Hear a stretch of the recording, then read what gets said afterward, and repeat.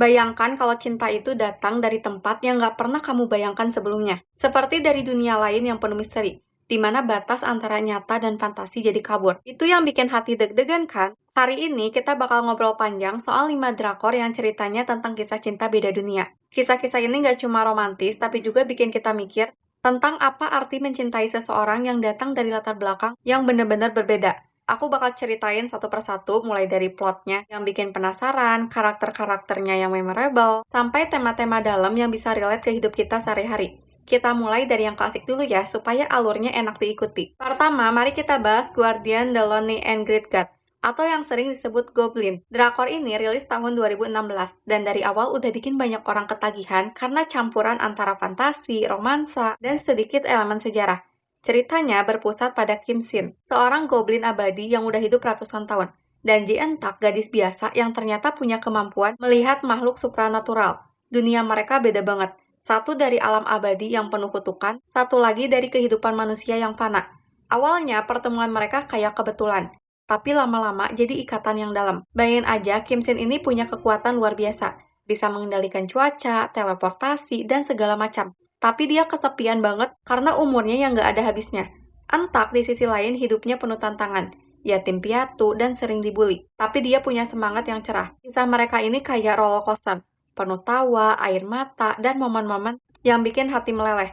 Misalnya saat mereka pertama kali bertemu di tengah hujan salju yang tiba-tiba muncul. Itu scene yang ikonik banget, bikin kita langsung terhanyut. Aku suka bagian dimana mereka mulai saling bergantung, karena itu nunjukin kalau cinta bisa menyembuhkan luka lama, meski dari dunia yang berbeda. Refleksinya nih, dalam hidup nyata, kadang kita ketemu orang yang latar belakangnya jauh beda dari kita. Mungkin budaya, pengalaman hidup, atau bahkan pandangan dunia. Tapi justru itu yang bikin hubungan jadi lebih kaya, asal kita mau saling mengerti. Kita lanjut ke detail karakternya ya. Kim Shin dimainkan Gong Yoo, yang aktingnya bikin Goblin ini terasa hidup. Kadang dingin, kadang hangat. Entak diperanin Kim Go Eun, punya pesona polos tapi kuat. Ada juga side karakter seperti Grim Reaper, yang tambahin layar komedi dan drama.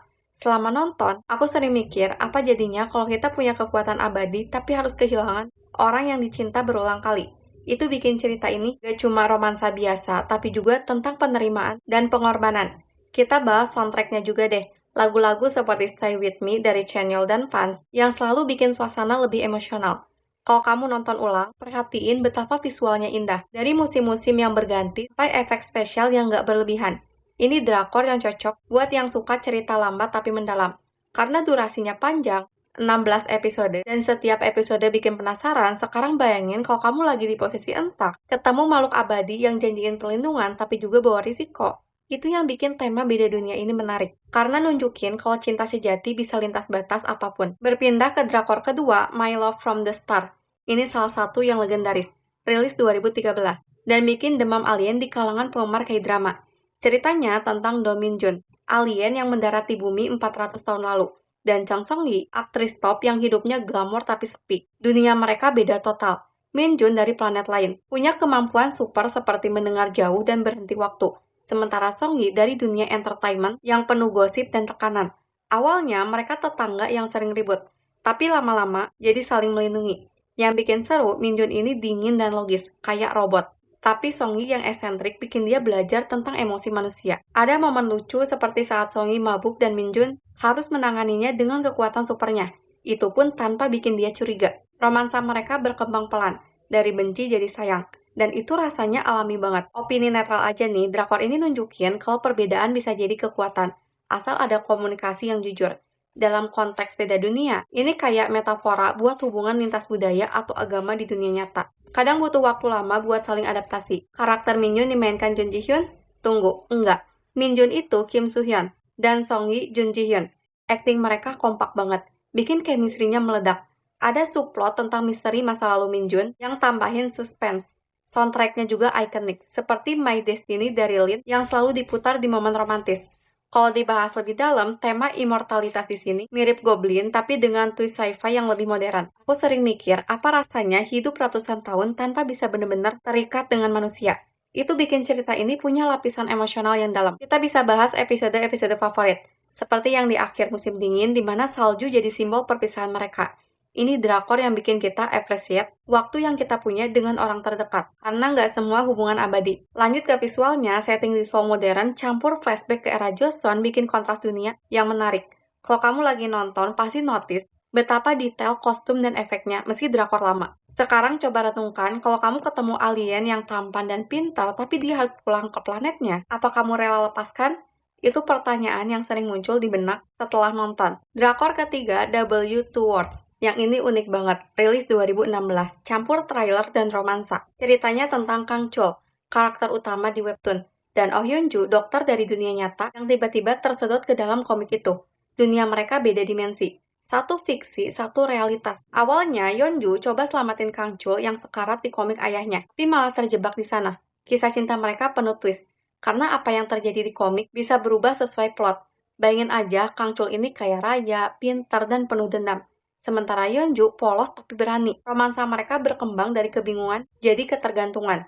Dengan momen-momen seperti ciuman pertama yang bikin jantung berdegup, yang bikin beda, drakor ini punya elemen meta, di mana karakter sadar dia fiksi. Itu pun bikin kita mikir tentang realitas hidup kita sendiri.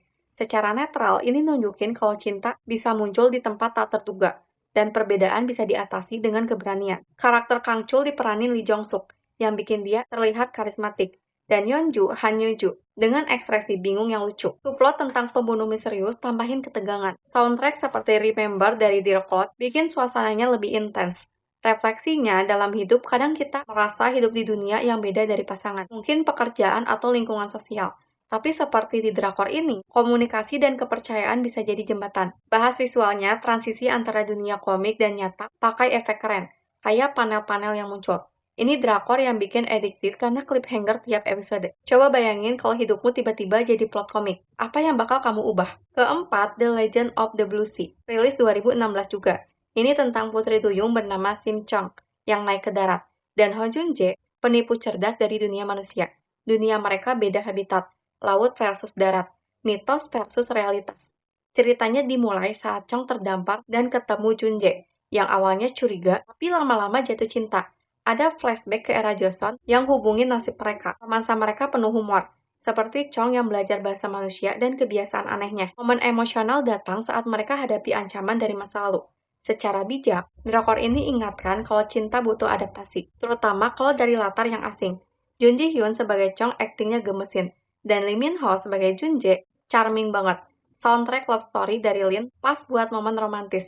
Refleksi kayak putri duyung yang keluar dari air. Kadang kita harus keluar zona nyaman buat cinta. Visualnya indah dengan underwater scene yang memukau. Terakhir, Hotel de Luna, rilis 2019, tentang Jang Man-wol, pemilik hotel hantu, dan Ku Chan-sung, manajer manusia. Dunia mereka beda alam, roh versus hidup. Ceritanya penuh misteri, dengan tamu hantu yang punya cerita unfinished. Romansa mereka pelan, dari konflik jadi saling paham. Ayu sebagai Man-wol fierce tapi rapuh. Yo Jin-gu sebagai Chan-sung grounded. Tema pengampunan dan move on bikin dalam. Soundtrack Don't For Me dari fans emotif. Ini nunjukin kalau cinta bisa sembuhkan luka dari dunia manapun. Secara keseluruhan, 5 drakor ini bikin kita sadar kalau kisah cinta beda dunia itu tentang menerima perbedaan dan tumbuh bersama.